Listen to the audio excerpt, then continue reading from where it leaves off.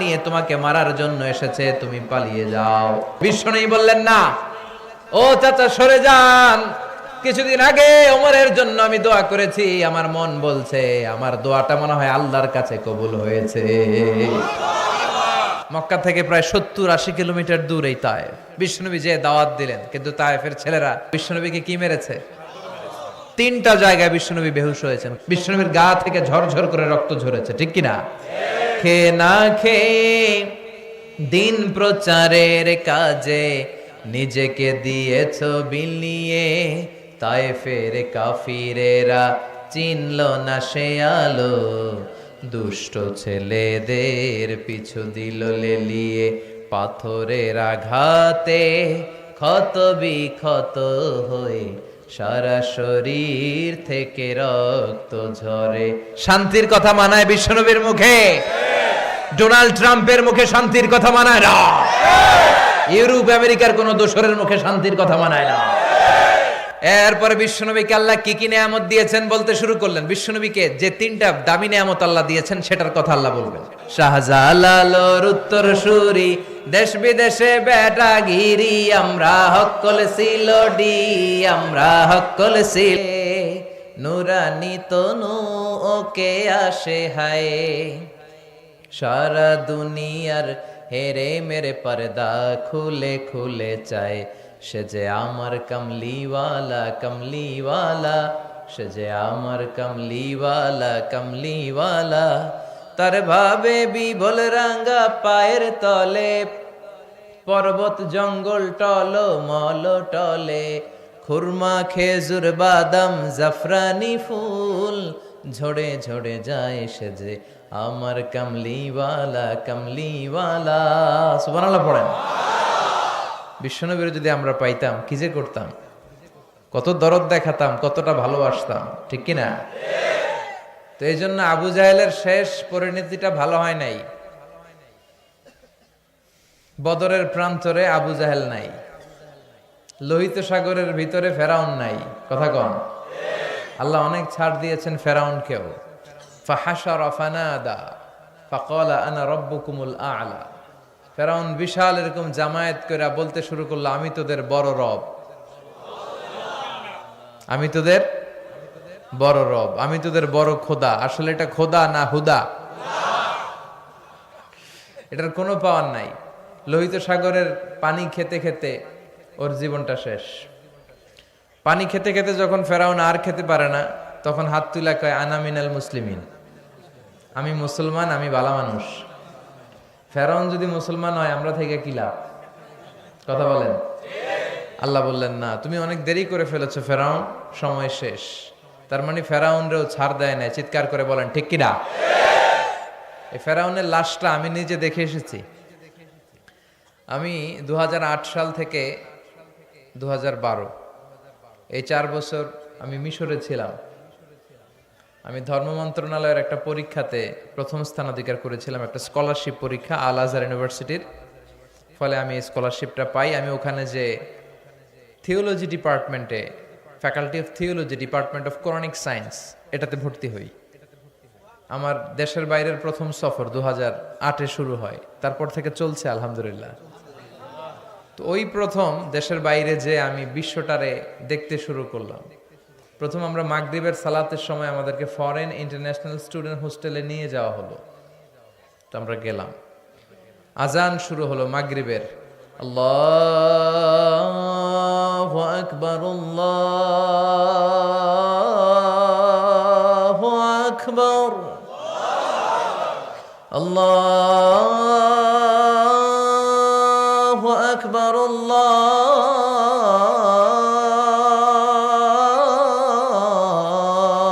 আল্লাহু আকবার। মাগরিবের আজান শুরু হলো। দেখলাম ফরেন ইন্টারন্যাশনাল স্টুডেন্ট হোস্টেলের বিভিন্ন হল রুম থেকে ছাত্ররা বেরিয়ে আসছে। Students of more than 100 nationalities we use to study in the same place. 100টারও বেশি দেশের ছাত্র আমরা পড়তাম। দেখলাম বিভিন্ন দেশের ছাত্ররা আসতেছে। মাগরিবের সালাত আদায় করলাম, সালাম ফিরালাম, দেখি ডান দিকে এক কালো মানুষ, বাম দিকে আরেক কালো মানুষ। এই দুই কালোরে দেখে নামাজ থুইয়া আমি দিছি দৌড়। নামাজ শেষ দিছি দৌড়, ভয় পেয়ে গেছি। তাই বললাম এরা কারা? আমাকে যারা রিসিভ করলো এরা বললো এরাই আপনার বন্ধু, কারণ পৃথিবীর অনেক দেশের ছাত্রদের সাথে আপনাদের থাকতে হবে। তো এই প্রথম নিগ্রু মানুষ দেখলাম, শুরুতে ভয় পেয়েছিলাম এদের, পরে দেখি না, চেহারাটা কালো হলেও হৃদয়টা সাদা। আলহামদুলিল্লাহ পড়েন। কিছু লোক আছে দেখতে সাদা, কলিজাটা কালা, আছে না নাই? কিছু আছে দেখতে কালো কিন্তু অন্তরটা ভালো, আছে না নাই? তো আফ্রিকার সেনেগালের এক বন্ধুর সাথে, ছেলের সাথে আমার বন্ধুত্ব হলো। সে প্রায় আমার রুমে আসতো। তো একদিন এসে আমার হাতের সাথে হাত ঘষে আর বলে, hey man Mizan, how you become so white, how did you become so white? আমি এত কালুর কালু, তুই এত সাদা হলি কেমনে? মজা করে বলে, তুই এত সাদা কেন, আমি এত কালো কেন?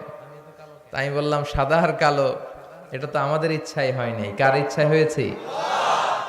তো সে বলে, সাদা আর কালো যাই হও, কেটে দিলে এক রঙের লাল টকটকে রক্ত বেরোবে। ইসলাম বলে কালো আর ধলো এ তো বাইরে কেবল, ভিতরে সবাই সমান রাঙ্গা। এজন্য কিয়ামতের দিন প্রেসিডেন্টের জন্য আলাদা লাইন হবে বোধহয়, প্রধানমন্ত্রীর জন্য, ডোনাল্ড ট্রাম্পের জন্য লাইন হবে খালি দুইটা। লাইন কয়টা?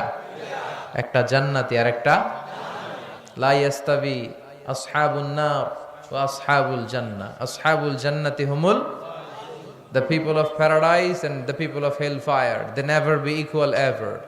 The people of heaven and paradise, they gain the ultimate success in life. আলহামদুলিল্লাহ পড়েন। যারা জান্নাতি আর যারা জাহান্নামী তারা কখনো সমান হতে পারে? যারা জান্নাতে যাবে তারাই সফল, ঠিক কিনা? এখন সিদ্ধান্ত নিতে হবে আমাদের, আমরা কই যাব? চিল্লায় বলেন তো, আমরা কোথায় যেতে চাই? মালিক তুমি জান্নাতে, তোমার পাশে আমায় একটি ঘর বানিয়ে দিও, একটি ঘর বানিয়ে দিও সে বিভীষিকাময় মহাদিনে,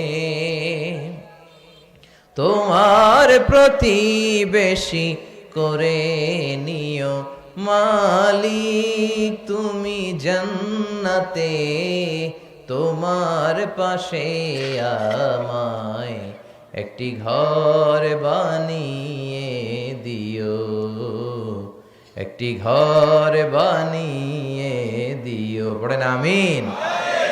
এজন্য আমরা জাহান্নামে যেতে চাই না, আমরা কই যেতে চাই? এখানে যেমনি আমরা একত্রিত হলাম, আল্লাহ জান্নাতেও আমাদেরকে একসাথে থাকার তৌফিক দিও, আমরা পড়ি আমিন। তাহলে আল্লাহ ছাড় দেয় কি দেয় না? ফেরাউনরে আল্লাহ ছেড়ে দিছিল? দেয় নাই। এই ফেরাউনের লাশটা আমি নিজে দেখে এসেছি, শুটকি হয়ে আছে, একটা শুটকি মানুষ, হুমকি ধামকে দিত মিশরে, আমি বড় রব এই বলে চিৎকার করত, কিন্তু তার সব শক্তিটারও শেষ করে দিল কে? নমরুদকেও আল্লাহ ছেড়ে দেয় নাই, ছেড়ে দিছে? কথা বলেন। আল্লাহ নমরুদকে কোনো কামান দিয়ে, তলোয়ার দিয়ে, ফেরেশতা বাহিনী দিয়ে মারে নাই, নমরুদকে মেরেছে আল্লাহ ল্যাংড়া মশা দিয়ে। ওই আল্লাহর শক্তি আগের মতো আছে না নাই? ওই আল্লাহর ক্ষমতা আগের মতো আছে না নাই? এজন্য আল্লাহ সব সময় ধরে না, ধরলে ছাড় দেয়, ছেড়ে দেয় না। তিনি ভুলে যায় না, তার এলেমে সব থাকে। এজন্য ভরসা রাখতে হবে কার উপর? চাইতে হবে কার কাছে? আমাদের যত চাওয়া, সব চাওয়াকে যদি তিনি পাওয়াতে রূপান্তরিত করে দেয়, তারপরেও তার ধন ভাণ্ডারের কিছু কমবে? সুবহানাল্লাহ পড়বেন না? এজন্য কার কাছে চাইবেন? চাইলেই আল্লাহ খুশি। ইন্নাহু মান লাম ইয়াসআলিল্লাহ ইয়াগদাবা আলাই। যে বান্দা আল্লাহর কাছে চায় না তারে আল্লাহ পছন্দ করে না, আর যে বারবার বারবার বারবার আল্লাহর কাছে যায় সে আল্লাহর কাছে প্রিয় হয়ে যায়। চাইবেন তো বেশি বেশি, নিজের জন্য চাবেন, অন্যদের জন্যও চাবেন। নিজের জন্য দোয়া করবেন, অন্যদের জন্যও করবেন। অনেকে বলে হুজুর আমারটা আমি করুম, আমি আরেকজনের জন্য করুম কেন? এরকম আছে না নাই? না, আরেকজনের জন্য দোয়া করলেও লাভ।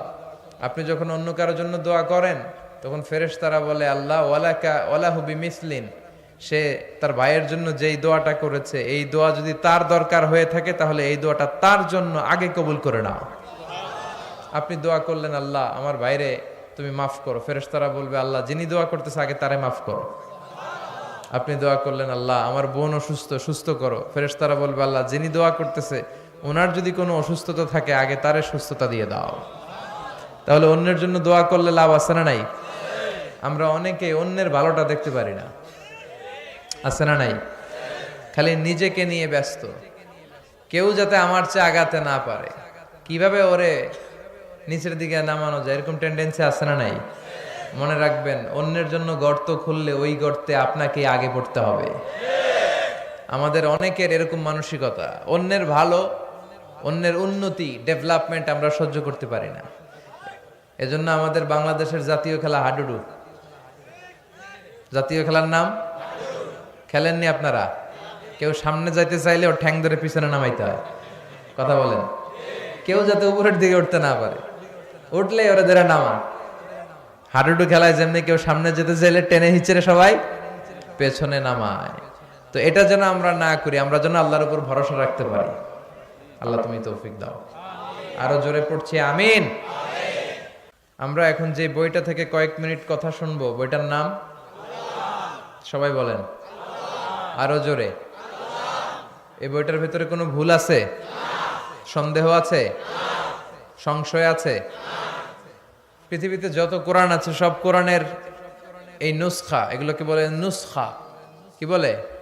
নুসখা। ইংরেজিতে বলে স্ক্রিপচার। এই স্ক্রিপচার গুলোকে যদি আগুন দিয়ে জ্বালিয়ে দেয় কেউ, তাহলে পৃথিবী থেকে কোরআন দূর হয়ে যাবে?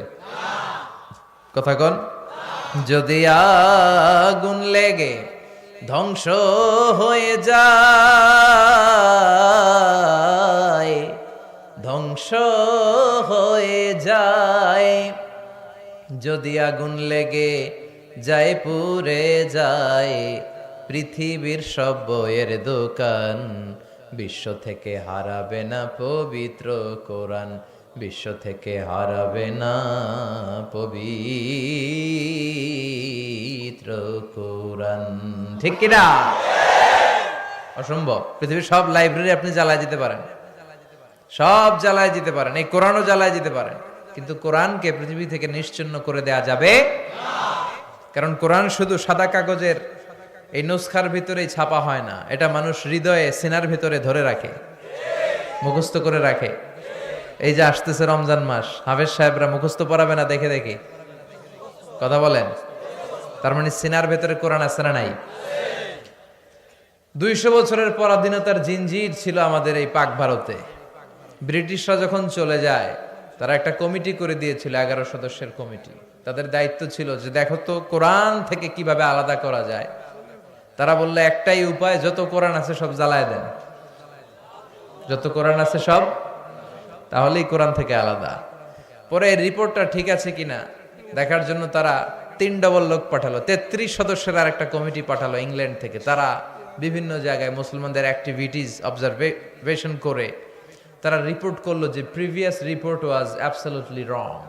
আগের রিপোর্টটা ভুল ছিল, কারণ the people of Indian subcontinent they just don't print Quran in book, they memorize the holy Quran in their heart.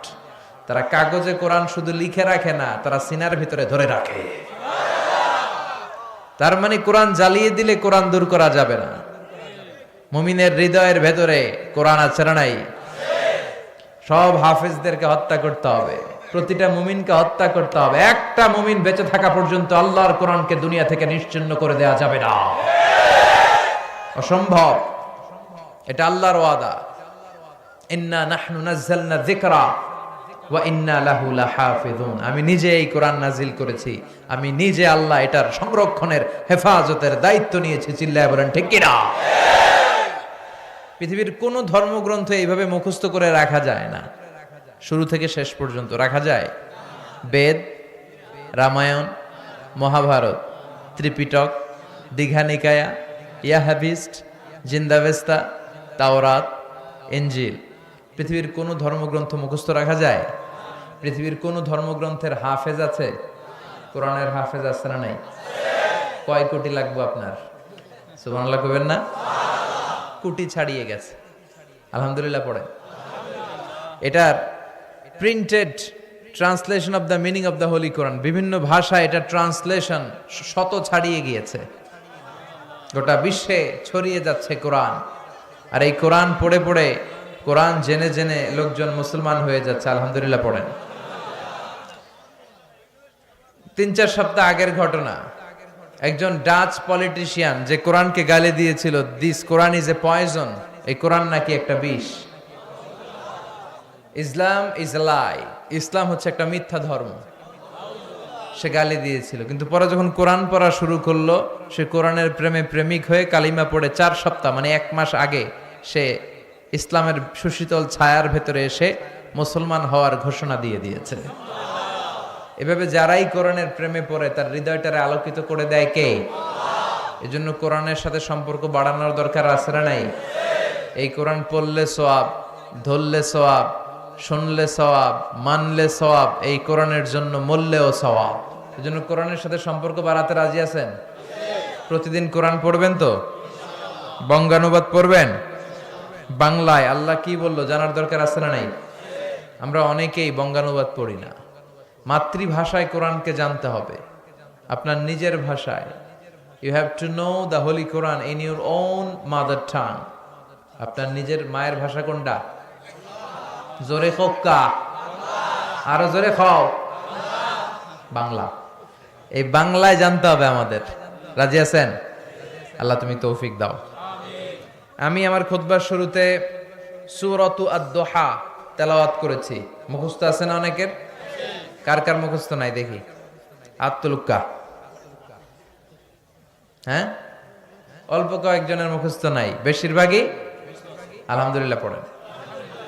এই সূরাটা কোরআনের 30তম পারার একটা সূরা, 93 নম্বর সূরা, মাক্কি সূরা। কি সূরা? এই সূরার আয়াত সংখ্যা 11টি। চিৎকার করে বলেন কয়টি? সূরাটার নাম হচ্ছে সূরাতুদ দুহা। সূরাটার নাম সবাই বলেন। সবাই বলছেন? সবাই বলেন, আমার সাথে সে বলেন সূরাতুদ দুহা।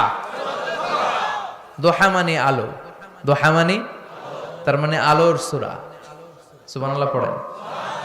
আলো হচ্ছে সম্ভাবনার প্রতীক। এই আলো হচ্ছে আশার আলো। কিসের আলো? আশার আলো।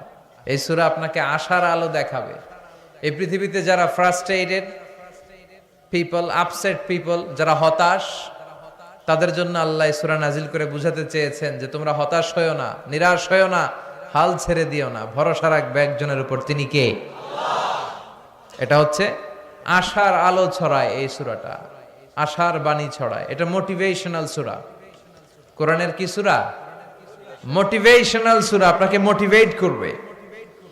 এই সূরা পড়লে আপনি মোটিভেটেড হবেন, ভেতর থেকে এনার্জি লাভ করবেন, শক্তি পাবেন, অদম্য স্পৃহা আর আকাঙ্ক্ষা জাগবে কাজের। চিল্লা এখন ঠিক কিনা? আশার আলো জাগায় এই সূরা। আদ-দুহা মানে হচ্ছে প্রভাতের সূর্য কিরণ, সকালবেলার সূর্য, দ্য ডে লাইট। সকালের সূর্যের একটা কিরণ আছে না নাই? স্নিগ্ধতা আছে না নাই? এটা দিয়ে বুঝাতে চাইলেন নিরাশ হওয়া যাবে না। Never be sad, never be upset, never be frustrated.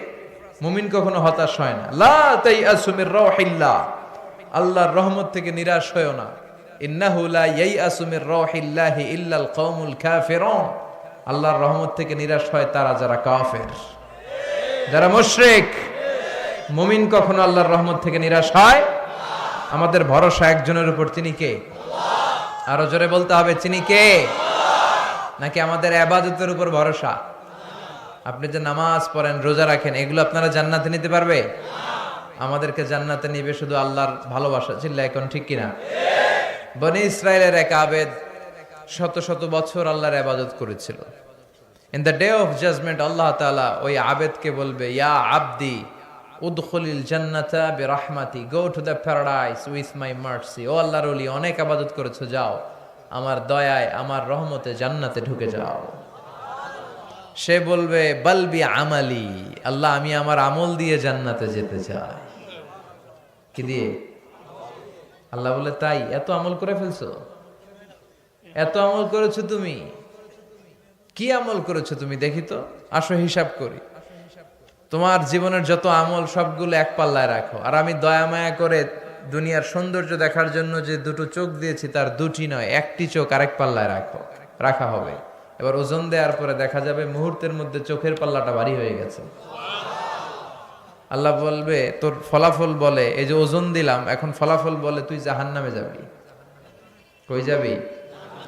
যা, go to the hell fire, জাহান্নামে ঢুক।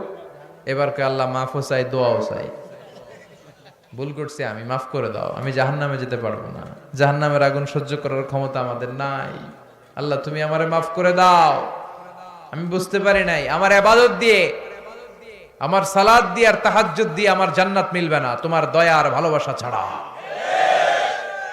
আল্লাহ বলবে, এই তো লাইনে আসছো মিয়া, এতক্ষণে বেলাইনে চলতেছিলা, আমার রহমতে তোমাকে এখন জান্নাতে ঢুকাবো। উদখুলিল জান্নাতা বিরাহমাতি, যাও আমার রহমত আর দয়ায় জান্নাতে ঢুকে যাও। এজন্য ভরসা রাখবেন কার উপর? কিয়ামতের দিন আল্লাহর কাছে দয়া চান না বিচার চান? চিল্লায় বলেন কি চাই? রোজ হাসরে আল্লাহ আমার করোনা বিচার, আল্লাহ করোনা বিচার, বিচার চাহি না তব দয়া চাহে এ গুনাহগার, আল্লাহ করোনা বিচার। পড়েন আমিন।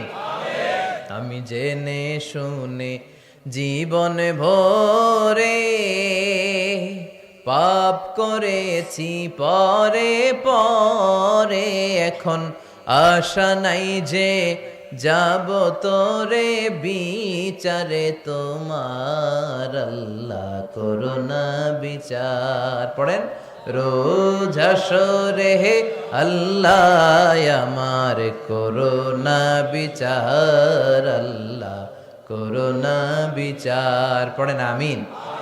এজন্য ভরসা কার উপর? এই সূরাতুদ দুহার সেন্ট্রাল থিম বা কেন্দ্রীয় আলোচ্য কথা বা সাবজেক্ট ম্যাটার, কেন্দ্রীয় আলোচ্য বিষয় হচ্ছে হতাশ হবেন না, নিরাশ হবেন না, হাল ছাড়বেন না, ভরসা রাখুন কার উপর? Never be sad, never lose hope, never be frustrated, depend on আল্লাহ। ভরসা করতে হবে একজনের উপর। চিৎকার করে বলেন, তিনি কে? এজন্য আল্লাহ সূরাটার নাম দিলেন সূরাতুদ দুহা। দুহা মানে আলো। দুহা মানে কি? আলো, সকালের আলো, সূর্য কিরণ, আলো। এই কোরআনকে আল্লাহ আলোর সাথে তুলনা করেছেন। সুবহানাল্লাহ কইবেন না? রাব্বুল আলামিন বলেন, কিতাবুন আনজালনাহু ইলাইকা লিতুখরিজান নাসা মিনাল যুলুমাতি ইলান নূর। ও নবী, my beloved messenger, my last messenger, I've revealed this holy and sacred book, the Holy Quran, unto you, in order to lead the mankind out of darkness into the light. ও নবী, কোরআন পাঠিয়েছি অন্ধকারাচ্ছন্ন মানুষগুলোকে লাইটের দিকে, আলোর দিকে নিয়ে যাওয়ার জন্য। সুবহানাল্লাহ পড়েন। আবার বিশ্বনবীকেও আল্লাহ নূর বলেছেন, নূর। কোরআন কেউ বলেছেন নূর, বিশ্বনবীকেও নূরের সাথে তুলনা করেছেন। আবার বিশ্বনবী বলেছেন, আল্লাহ আমার ডান দিকে নূর দেন, আমার বায়ে নূর দেন, আমার সামনে নূর দেন, আমার পেছনে নূর দেন, আমার উপর দিক থেকে নূর দেন, নিচ থেকে নূর দেন, আমার দেহের ভেতরে নূর দেন, আমার রক্তের ভেতরে নূর দেন, আমার গোশতের ভেতরে নূর দেন, আমার অস্থি হাড্ডি মজ্জার ভেতরে নূর দেন, আমার জন্য আপনি নূর দেন। সুবহানাল্লাহ পড়েন। বিষ্ণুনবী আলো চেয়েছেন, আলো ছাড়া পথ চলা যায়? কথা কয় না। এখানে যদি আজকে আলো না থাকতো, আলো না থাকলে আমার দেখা যাইতো? আমি আপনাদেরকে দেখতাম? আলোর দরকার আছে না নাই? বেশি না কম? এজন্য আল্লাহ আলোর নামে সূরা দিলেন। সূরার নাম সূরাতুদ দুহা। চিল্লায় বলেন, সূরার নাম সূরাতুদ দুহা, আলোর সূরা। আলো, কোরআন এসেছে আমাদেরকে আলোকিত করতে, বিশ্বনবী এসেছেন আমাদেরকে আলোকিত করতে। এই প্রভাতের সূর্য কিরণ, সকালবেলার আলো, এই আলোর নামে আল্লাহ তাআলা এই সূরাটা দিলেন। এই সূরা নাজিলের একটা ব্যাকগ্রাউন্ড আছে, শুনবেন সবাই।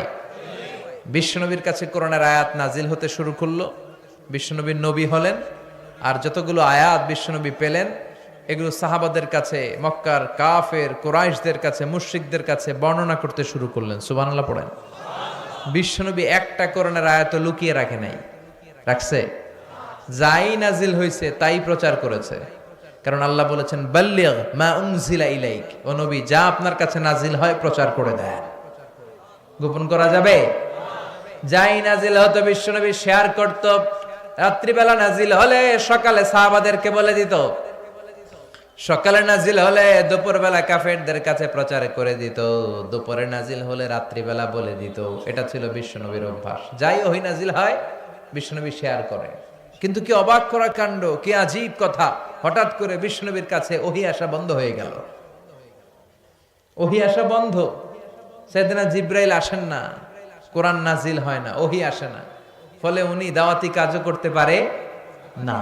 উনি কি বলবে? কারণ ওমা ইয়ানতিকু আনিল হাওয়া ইন হুয়া ইল্লা ওয়াহয়ুই ইউহা। নবী মন গড়া কিছু বলতেন না, তিনি রেভেলেশন, ওহী, প্রত্যাদেশ, সিক্রেট মেসেজ আল্লাহর কাছ থেকে যা পেতেন শুধু ওইটাই শোনাতেন। সুবহানাল্লাহ পড়ে। তার মানে আমার নবীর অভ্যাস ছিল কোরআন যা নাজিল হতো বলে দিতেন, প্রচার করতেন, মানুষের সাথে শেয়ার করতেন। কিন্তু হঠাৎ কোরআন নাজিল করা বন্ধ করে দিল কে? কোরআন যখন নাজিল হওয়া বন্ধ হয়ে যায়, নবীর দাওয়াতি কাজও থেমে যায়। বিশ্বনবী আর কোরআন প্রচার করতে পারছেন না, কারণ নতুন তো আসে নাই কিছু। কথা কম, এরকম বন্ধ। কোন বর্ণনা এসেছে 15 দিন, কোন বর্ণনায় 1 মাস, কোন বর্ণনায় 3 মাস, কোন বর্ণনায় 6 মাস। 6 মাস বিশ্বনবীর কাছে ওহী আসে না। বিশ্বনবী নতুন কোন আয়াতের কথা কাউকে শোনাতে পারেন না। কাফির মুশরিকরা হাসি ঠাট্টা শুরু করলো, বলল মুহাম্মদ তোর আল্লাহ তোরে ছাড়ছে, তোর আল্লাহ তোরে ভুলছে। নাউজুবিল্লাহ কইবেন না? সবাই ঠাট্টা শুরু করে দিল, মুহাম্মাদের আল্লাহ মুহাম্মদরে ভুইল্লা গেছে, মুহাম্মাদের আল্লাহ মুহাম্মদরে ছেড়ে দিয়েছে। বিশ্বনবীর চাচী আবু লাহাবের স্ত্রী উম্মে জামিল এসে বলে, ও মুহাম্মদ, তোমার শয়তানটা তোমার কাছে আসে না কেন? শয়তান দিয়ে তিনি জিবরাইল আলাইহিস সালামকে বুঝিয়েছেন। নাউজুবিল্লাহ পড়েন। কিরে মুহাম্মদ, তোমার শয়তানটা আসে না তোমার কাছে? তোমার আল্লাহ তোমারে ভুলে গেছে, আল্লাহ তোমারে ছেড়ে দিছে। নাউজুবিল্লাহ পড়েন। বিশ্বনবীর অন্তরে জ্বালা, বিশ্বনবী হতাশ। কিরে, আমার কোনো ভুল হলো নাকি? আমার কোনো অন্যায় হচ্ছে নাকি? আল্লাহ কোরআনের আয়াত ওহী হিসেবে নাজিল করছেন না কেন? আল্লাহ কি আমারে পছন্দ করে না? এরকম হতাশা মাঝে মাঝে আমাদের জীবনে আছে না নাই? মাঝে মাঝে আমরা হতাশ হই, বলি আল্লাহ আমার জীবনে এত দুঃখ কেন, আমি কিছু পাইলাম না। এরকম লোক আছে না নাই? খালি অভিযোগ, খালি শুকরিয়া নাই, আছে না নাই?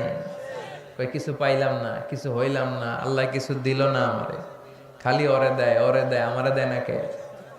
আছে না নাই?